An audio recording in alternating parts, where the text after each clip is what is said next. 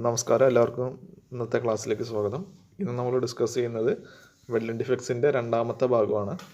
അപ്പോൾ അതെന്തൊക്കെയാണെന്നുള്ളത് നമുക്ക് നോക്കാം. Porosity. This occurs when gases are trapped in the solidifying weld metal. These may arise from dirt, oil or grease on the area to be welded. This can be avoided by proper cleaning of workpieces. നമ്മൾ weld ചെയ്യുമ്പോൾ ആ work പീസിൽ ഓയിലോ അതുപോലെ തന്നെ ഗ്രീസോ അഴുക്കുകളൊക്കെ ഉണ്ടായിക്കഴിഞ്ഞാൽ weld ചെയ്യുമ്പോഴുള്ള ചൂട് കാരണം ഇതെല്ലാം കത്തും. അപ്പോൾ ഇതെല്ലാം കത്തിയിട്ട് പുകയും അതുപോലെ തന്നെ ഗ്യാസുകളും ഫോം ചെയ്യും. അപ്പോൾ ഇതെല്ലാം നമ്മൾ വെൽഡ് ചെയ്യുമ്പോൾ ആ വെൽഡിൻ്റെ ഉള്ളിൽ ട്രാപ്പ് ചെയ്യപ്പെടാനുള്ള ചാൻസുകളുണ്ട്. അപ്പോൾ അങ്ങനെ ഉണ്ടാകുന്ന ആ ഭാഗത്ത് എന്തായിരിക്കും, വെൽഡ് മെറ്റൽ ഉണ്ടാവില്ല, അവിടെ ഒരു ചെറിയ ചെറിയ ഹോൾസുകൾ ഉണ്ടാവും. അപ്പോൾ ഇതിനാണ് നമ്മൾ പോറോസിറ്റി എന്ന് പറയുന്നത്. അപ്പോൾ അങ്ങനെയാണെങ്കിൽ ആ വെൽഡിൻ്റെ സ്ട്രെങ്ത്ത് നഷ്ടപ്പെടും.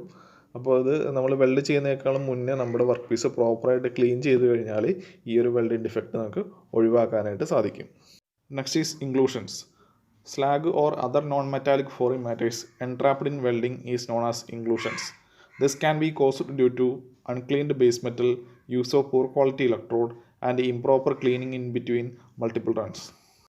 സ്ലാഗിൻ്റെ ചെറിയ കഷ്ണങ്ങൾ അല്ലെങ്കിൽ നോൺ മെറ്റാലിക് ആയിട്ടുള്ള എന്തെങ്കിലും പദാർത്ഥങ്ങൾ, അതായത് ലോഹങ്ങളല്ലാത്ത എന്തെങ്കിലും പദാർത്ഥങ്ങൾ നമ്മുടെ വെൽഡിങ്ങിൻ്റെ ഉള്ളിൽ പെടുന്നതിനാണ് നമ്മൾ ഇൻക്ലൂഷൻസ് എന്ന് പറയുന്നത്. അപ്പോൾ ഇത് ഉണ്ടാകുന്നതിനുള്ളൊരു കാരണം എന്ന് പറയുന്നത് നമ്മൾ വെൽഡ് ചെയ്യുന്ന ഏരിയ, അതായത് ബേസ് മെറ്റൽ പ്രോപ്പറായിട്ട് ക്ലീൻ ചെയ്യാത്തതും അതുപോലെ തന്നെ ക്വാളിറ്റി ഇല്ലാത്ത വെൽഡിങ് ഇലക്ട്രോഡ്സ് യൂസ് ചെയ്യുന്നതാണ്. മൾട്ടിപ്പിൾ റൺസ് ആണ്, അതായത് നമ്മൾ ഒരു വെൽഡിങ് ചെയ്തു, അതിൻ്റെ മുകളിൽ അടുത്ത വെൽഡ് ചെയ്യുന്നതിനേക്കാളും മുന്നേ അതിൻ്റെ മുകളിലുള്ള സ്ലാഗും അഴുക്കൊക്കെ വയർ ബ്രഷ് വെച്ചിട്ട് ഫുള്ളായിട്ട് ക്ലീൻ ചെയ്തതിന് ശേഷം മാത്രം അടുത്ത വെൽഡ് അതിൻ്റെ മുകളിൽ ചെയ്യാം. Cracking is occurred due to thermal expansion or thermal shrinkage of metals.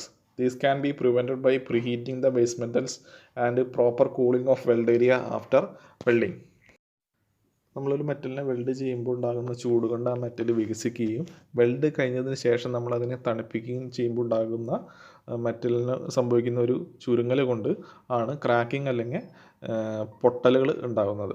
അപ്പോൾ ഇങ്ങനെയുള്ള ക്രാക്കിംഗ് അഥവാ പൊട്ടലുകൾ ഒഴിവാക്കാനായിട്ട് നമ്മൾ വെൽഡ് ചെയ്യുന്നതിനേക്കാളും മുന്നേ ആ ബേസ് മെറ്റൽ നമ്മൾ പ്രീഹീറ്റ് ചെയ്യുകയും അതുപോലെ തന്നെ വെൽഡ് കഴിഞ്ഞതിന് ശേഷം അതിനെ പ്രോപ്പറായിട്ട് കൂളിംഗ് ചെയ്യുകയും ചെയ്യുക. അതായത് കൂളിങ്ങിൻ്റെ സമയം കൂട്ടി കൊടുക്കുക. പെട്ടെന്ന് കൂൾ ചെയ്യുന്നതിന് പകരം തന്നെ അതിനെ പതുക്കെ കൂൾ ചെയ്ത് കൊണ്ടുവരികയാണെങ്കിൽ ഈ ഒരു ക്രാക്കിംഗ് നമുക്ക് ഒഴിവാക്കാനായിട്ട് സാധിക്കും. Undercutting is the reducing of cross-sectional thickness of base metal, which reduces the strength of the weld and workpieces. This is caused by high weld current. അണ്ടർകട്ടിങ് എന്ന് പറഞ്ഞു കഴിഞ്ഞാൽ നമ്മൾ വെൽഡ് ചെയ്യുന്ന സമയത്ത് വെൽഡും നമ്മുടെ ബേസ് മെറ്റലും കൂടി ചേരുന്ന ആ ഒരു ഭാഗത്ത് ഒരു കുഴി ഉണ്ടാകുകയും അതുമൂലം നമ്മുടെ ബേസ് മെറ്റലിൻ്റെ തിക്നെസ് കുറയുകയും ചെയ്യുന്നൊരു സംഭവമാണ്. അതുമൂലം നമ്മുടെ വെൽഡിൻ്റെ സ്ട്രെങ്ത്ത് കുറയും. അപ്പോൾ ഇതിൻ്റെ മെയിൻ റീസൺ എന്ന് പറയുന്നത് ഹൈ വെൽഡിങ് കറൻറ്റാണ്. നമ്മൾ കൂടുതലായിട്ട് വെൽഡിങ് കറൻറ്റ് കൊടുത്തു കഴിഞ്ഞാൽ കൂടുതൽ ഹീറ്റ് ഉണ്ടായിട്ട് അവിടെ നിന്ന് മെറ്റൽ ഉരുകി പോവുകയാണ് ചെയ്യുന്നത്. അങ്ങനെയാണ് അണ്ടർ കട്ടിങ് ഉണ്ടാകുന്നത്.